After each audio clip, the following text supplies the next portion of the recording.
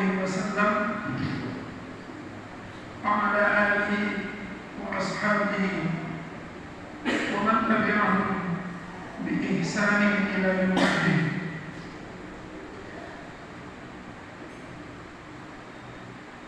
أشهد أن لا إله إلا الله ونشهد أن محمدا رسول الله. قال الله تبارك وتعالى في كتابه الكريم: أعوذ بالله من الشيطان الرجيم. بسم الله الرحمن الرحيم. يا أيها الذين آمنوا اتقوا الله وذروا ما بقي من الربا إن كنتم مؤمنين فإن لم تفعلوا فأذنوا بحرب من الله ورسوله وإن تبتم فلكم رؤوس أموالكم لا تظلمون ولا تظلمون. وقال الرسول صلى الله عليه وسلم: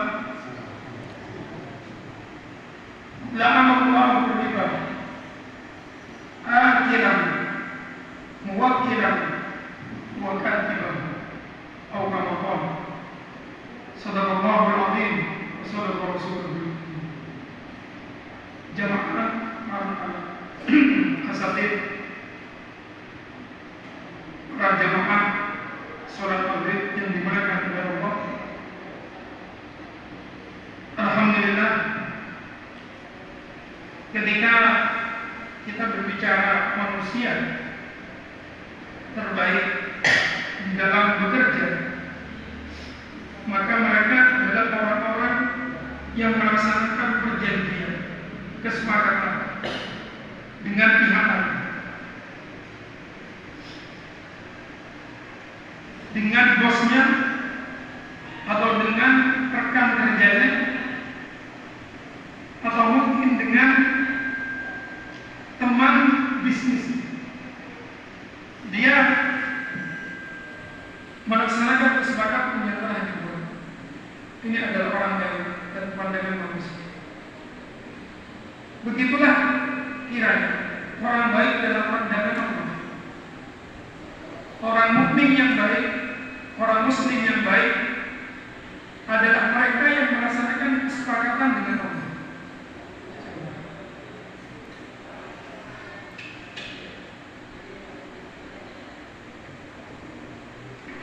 Kita belum bersepakatan dengan Allah. Kesepakatan dalam ibadah terutama, kesepakatan dalam sholat, kesepakatan dalam puasa, kesepakatan dalam semua hal yang berkenaan dengan ibadah. Tidak syirik kepada Allah, ini kesepakatan kita dengan Allah. Maka ketika kita melaksanakan kesepakatan tersebut, kita ini dipandang baik oleh Allah Subhanahu wa Ta'ala. Makanya Allah memasukkan di antara ciri yang termasuk kategori kebaikan tingkat tinggi di dalam bahasa Al-Quran dikatakan sebagai al-bir. Di antaranya kata Allah, wal mufuna bi ahdihim idza ahadu, yaitu orang-orang yang melaksanakan kesepakatan yang ketika mereka telah sepakat. Dalam tafsirnya ayat ini, kesepakatan di sini umum, bisa kesepakatan dengan manusia dan juga bisa kesepakatan dengan Allah Subhanahu wa Ta'ala. Sekalipun dalam kenyataan yang beragama yang dimuliakan oleh Allah, kita ini lebih menjaga kesepakatan kita dengan manusia, dengan rekan kerja, dengan teman. Tapi banyak di antara kita ini yang justru melanggar kesepakatan dengan Allah. Melaksanakan sholat tepat pada waktunya, itu kesepakatan kita dengan Allah. Inna sholata kanat 'alal mu'minina kitaban mawquta. Sholat itu waktunya telah ditentukan oleh Allah. Kesepakatan mukmin dengan Allah, sholat di awal waktu. Karena itulah orang-orang yang melaksanakan sholat, tapi sholatnya itu digesek, tidak ada utusan.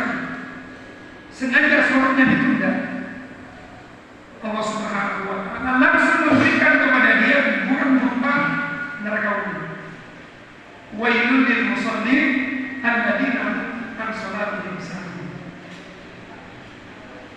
Sahun dalam tafsirnya dikatakan mutakhirus shalah, orang-orang yang selalu menunda sholat. Kenapa Allah Subhanahu wa Ta'ala memberikan ancaman dengan neraka ini?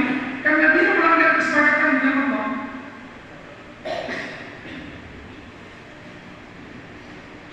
Pada ayat yang lain Allah Subhanahu wa Ta'ala mengingatkan itu. Pada ayat yang lain, ya ayyuhalladzina amanu awfu bil uqud. Wahai orang-orang yang beriman, maka tegakkanlah, laksanakanlah akad-akad yang telah dibuat oleh kita, termasuk kepada Allah Subhanahu wa Ta'ala.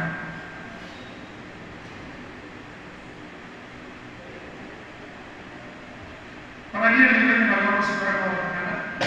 Jadi kalau kita simpulkan, orang baik menurut Allah itu yang melaksanakan kesepakatan dengan Allah Subhanahu wa Ta'ala, terutama kesepakatan di dalam masalah ibadah. Karena kita ini diciptakan oleh Allah, sebagaimana kita hafal ayatnya, tidak ada lain kecuali ibadah. Wa ma khalaqtul jinna wal insa illa liya'budun. Lihat, tujuan utama manusia diciptakan itu adalah ibadah.